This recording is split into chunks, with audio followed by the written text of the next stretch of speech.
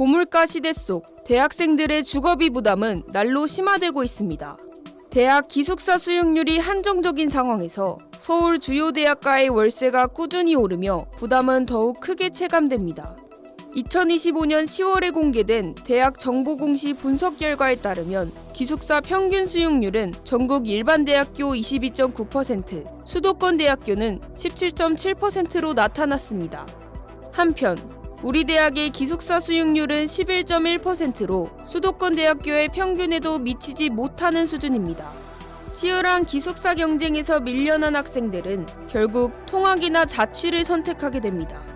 통학이 어려운 대다수의 학생에게는 자취가 불가피한 선택지이지만 서울에서 원하는 조건을 모두 충족하는 거처를 구하기란 결코 쉬운 일이 아닙니다. 부동산 애플리케이션에서 우리 대학 주변 월세 시세를 확인해 본 결과 보증금 1,000만 원 기준 원룸 월세는 평균 50만 원 중반대에서 60만 원 초반대를 형성하고 있었습니다. 후문과 쪽문처럼 학생들의 수요가 몰리는 구역은 월세 65만 원을 넘는 사례도 흔하게 볼 수 있었습니다. 워낙 월세나 보증금도 비싸기도 하고 저는 이제 부모님이 도와주시지만 혼자 벌어서 내시는 분들도 많으니까 그동안 기숙사에서 살다가 자취를 처음 했는데 사실 숨만 쉬어도 돈이 나간다는 말이 뭔지 이해가 될 정도로 되게 월세나 관리비 측면에서 부담이 많이 되는 것 같아요. 대학생들의 월세 부담은 비단 우리 대학만의 문제가 아닙니다. 다방이 올해 1월 서울 주요 10개 대학 인근의 원룸 월세와 관리비를 분석한 자료에 따르면 보증금 1,000만 원 기준 평균 월세는 60만 9천 원, 관리비는 7만 8천 원으로 나타났습니다. 이는 지난해와 비교해 월세는 6.1%, 관리비는 8.1% 상승한 수치입니다. 특히 신촌 일대의 월 주거비는 이화여대 84만 6천 원, 연세대 71만 9천 원으로 가장 높았습니다. 수도요금도 최근 몇 년 사이에 계속 오르고 전기요금도 오르고 특히 그 도시가스 요금도 오르고 그 물가에 따라 변동이 생기는 거예요. 관리비가 어쩔 수 없이. 이게 수요가 더 많아요. 경제적 원리에 따라 공급이 딸리다 보니까 수요는 많고 당연히 가격은 올라갈 수밖에 없고. 모든 대학이 공통적이지만 일단 부지가 부족한 게 문제인 것 같아요. 근데 보면 우리 학교도 그렇지만은 기숙사를 지속적으로 계속 늘려가고 있긴 하거든요.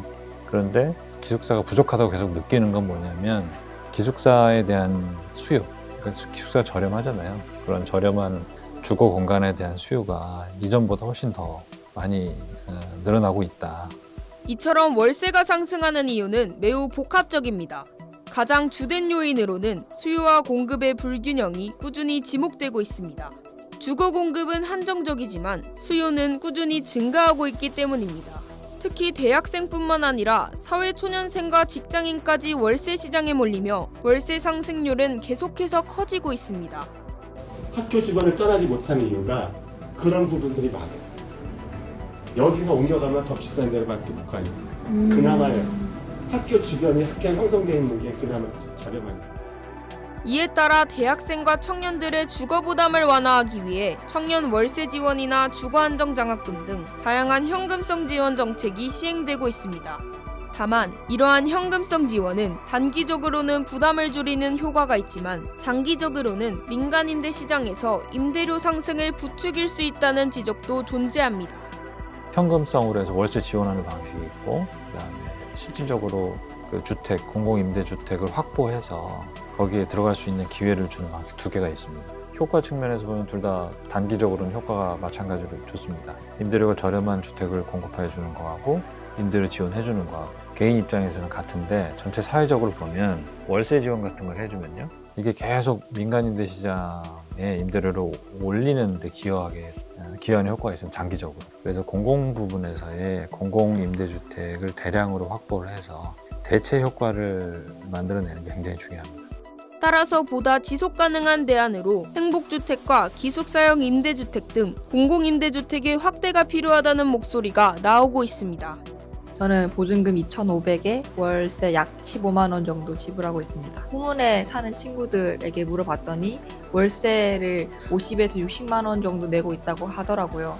저는 15만 원 정도 내고 있어서 대략적으로 4배 정도 절감이 되었다는 것을 알게 되었습니다. 사실 청년 주택이 있는지도 모르는 학생이 되게 많고 또 어떻게 지원하는지도 모르는 학생이 되게 많아서 이거 관련해서 조금 더 홍보가 이루어졌으면 좋겠습니다. 주거 부담을 완화하기 위한 움직임은 존재하지만 실질적 변화를 향한 과제는 여전히 남아 있습니다.